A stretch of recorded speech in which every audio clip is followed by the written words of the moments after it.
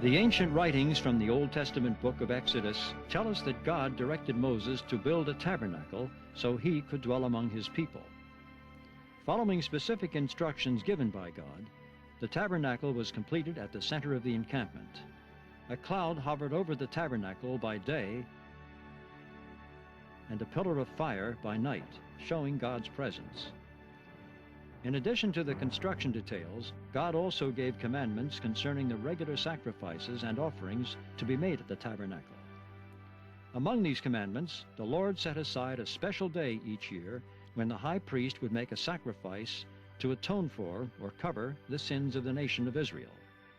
This solemn day was called the Day of Atonement.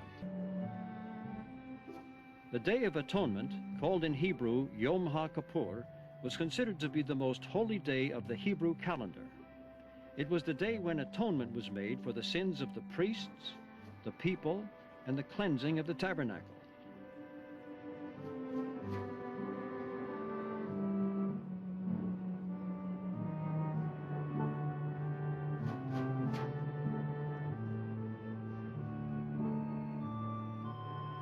Preparations began early in the day.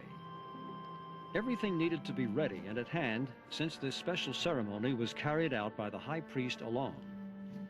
On all other days, the high priest wore his full ceremonial dress made up of 8 separate pieces of clothing, which distinguished him from other priests.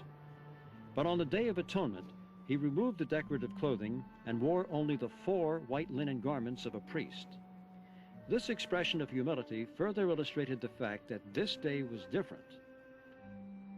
When the high priest was ready to officiate, everyone, including the other priests, left the tabernacle and courtyard area. The people realized that for the whole nation of Israel to receive the benefits of the ceremony, it had to be performed through the ministry of their highest anointed individual, and him alone. Although the people were not permitted to enter the tabernacle courtyard, they gathered at the gate to catch a glimpse of what was happening. There was a certain anticipation in the air on this Day of Atonement. It marked a new beginning for each person as past sins were forgiven through the shedding of the blood of the sacrifice. The Day of Atonement ceremony was carried out with care and precision. Each aspect was performed with the utmost reverence according to God's specific instructions. The washing of both the hands and feet, illustrating spiritual cleansing, was commanded by God. This physical and spiritual cleansing was repeated several times throughout the day. Once cleansed, the high priest went to the gate to receive the animals required for the sacrifices: a bullock, 2 goats, and a ram.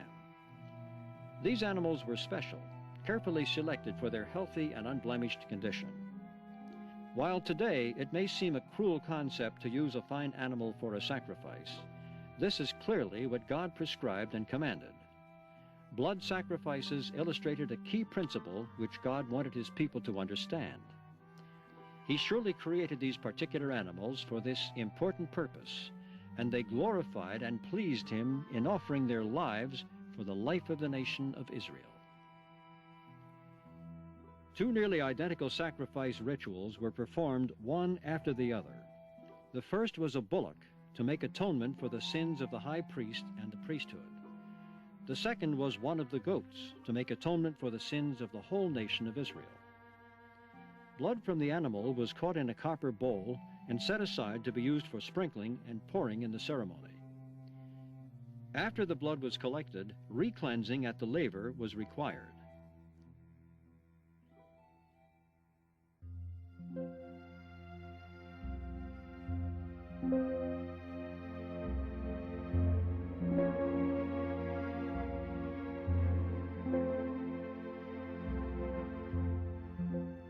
The high priest would then take hot coals from the brazen altar and place them on the incense altar in the holy place.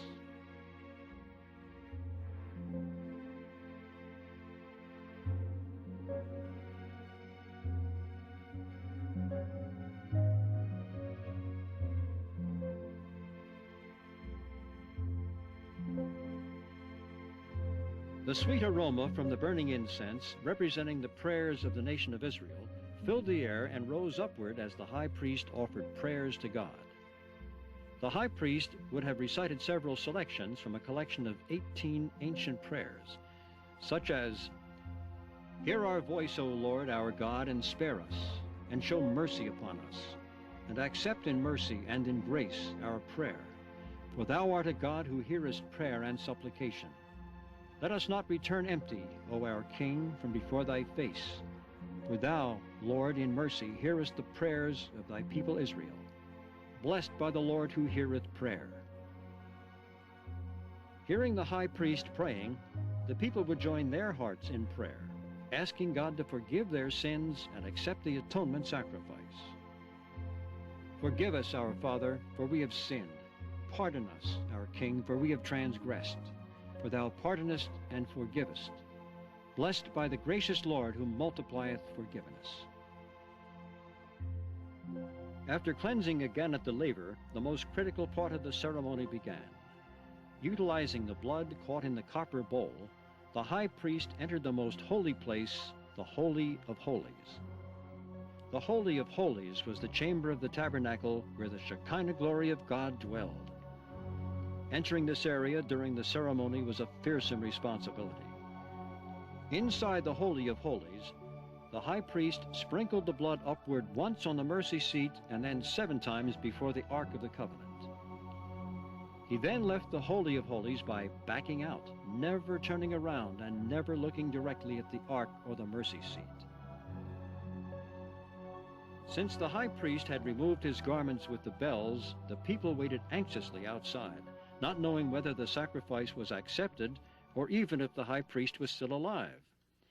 When he finally emerged into the outer court, the people would have undoubtedly rejoiced to see him.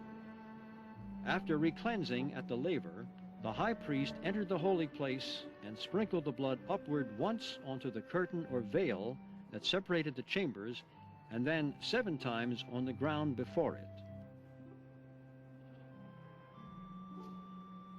The high priest would then exit the holy place and re-cleanse at the laver.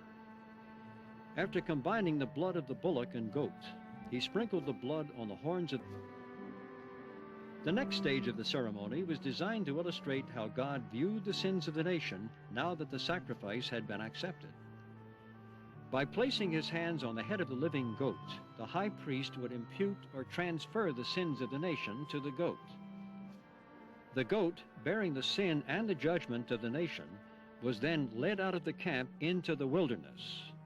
And it was customary for the people to jeer at the goat as it was led away.